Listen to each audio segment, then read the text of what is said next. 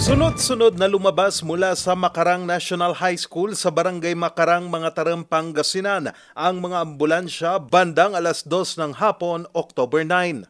Ito'y matapos mahimatay habang naglaklase ang ilang grade 10 students ng paaralan. Ako, minitis ako, ma'am, may mga nahihilo. So pumunta na ako sa clinic.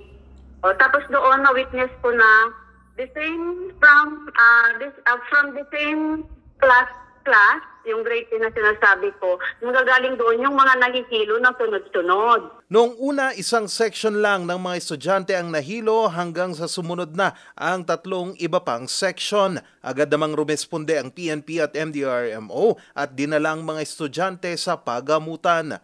Sa kabuuan, 54 na mga estudyante ang nahimatay pero 4 na pulang ang kinailangang dalhin sa pagamutan.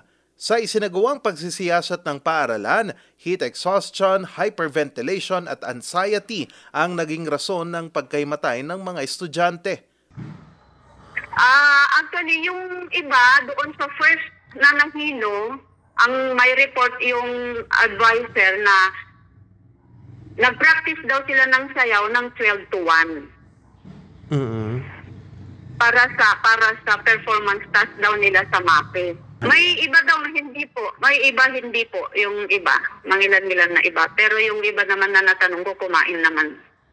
Inimbestigahan din ito ng DepEd Region 1 pero ipinagtataka nila ang insidente. Ito'y kahit well-ventilated ang classroom ng mga estudyante at mayroon ding kuryente.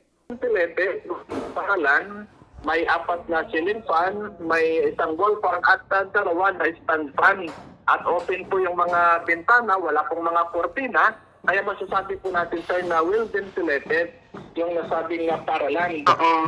Pero ang nakapagtataka, bakit sumunod naman na lahat? Hindi naman sila nag-practice. Dahil dito, sinuspende ng paaralan ang pasok ng mga estudyante para inspeksyonin kung ano pa ang maaaring gawin ng paaralan para maiwasan ang ganitong insidente. Nakalabas din kinagabihan ang mga estudyante sa pagamutan maliban lang sa isang estudyante na mayroong kondisyon sa kalusugan. Ipinatupad muna ang online at modular classes ngayong araw October 10 sa paaralan. Charles Nicolimon, RNG News.